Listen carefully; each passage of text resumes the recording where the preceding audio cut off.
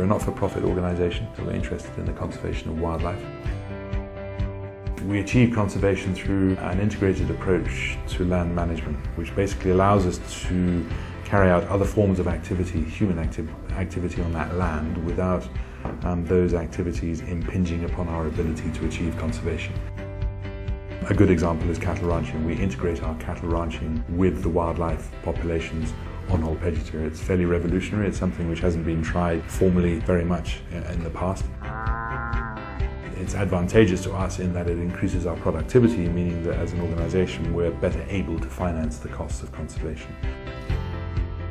The history of cattle ranching on Ol Pejeta dates back to, say, early 1950s. At that time, no wildlife were condoned at all. Later in the years, wildlife conservation was adopted at Ol Pejeta in a big way. Now, since we've been integrating the two together, we had to make some adjustments.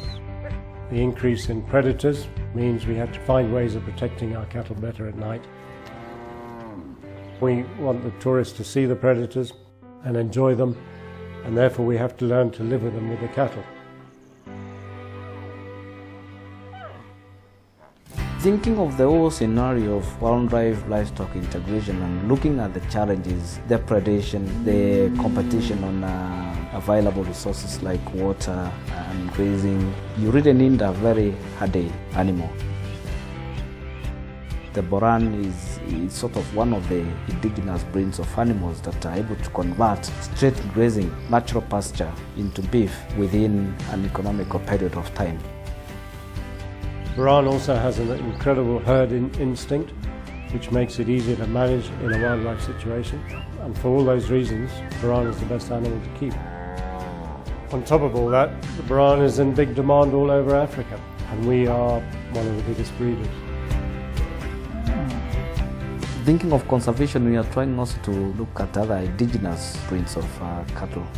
We currently have the Jidu Borans, which is a smaller frame type of Boran that is adapted to very harsh country. Not forgetting the Ankore cattle, we've identified them as a breed of animals that is quite resistant to some of the diseases that you find, especially tick-borne diseases.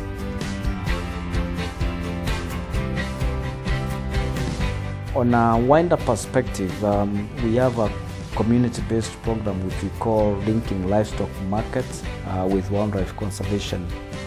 It's a program that is extended all the way to the northern region of Kenya.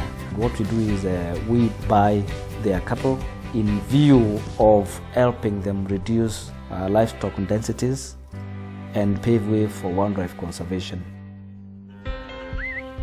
We have a ready market through which we actually market our beef, and we feel by improving their cattle, what they produce with them, we can actually buy off them and offer a good market for their cattle and getting good returns for them.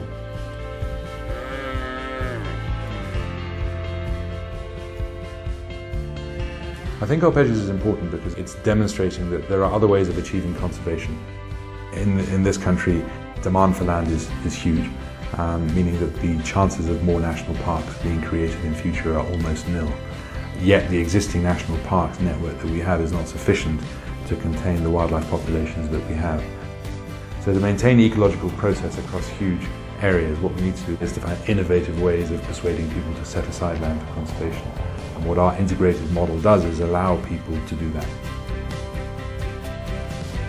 So I think there's a lot to learn from what Ol Pejeta has been able to achieve.